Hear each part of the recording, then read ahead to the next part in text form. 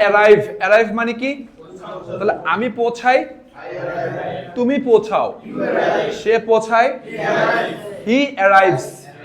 কি হবে? হি বলতে হবে, হি অ্যারাইভস। আমি পৌঁছাই না, তুমি পৌঁছাও না, সে পৌঁছায় না, হি ডাজন্ট অ্যারাইভ। আমি কি পৌঁছাই? তুমি কি পৌঁছাও? সে কি পৌঁছায়? Does he arrive. এবার ডাব্লিউএস কোশ্চেন আমরা সবগুলো শিখছি না? একটা আনি, কোথায়? কোথায় ইংরেজি কি? হোয়ার। কোথায় আমি পৌঁছাই? Where do I? কোথায় তুমি পৌঁছাও? কোথায় সে পৌঁছায়? Where does he? আমি কি পৌঁছাই না? Don't I? তুমি কি পৌঁছাও না?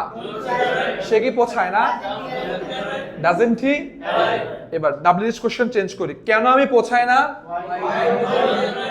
Why don't I? কেন তুমি পৌঁছাও না? কেন সে পৌঁছায় না? Why doesn't he arrive.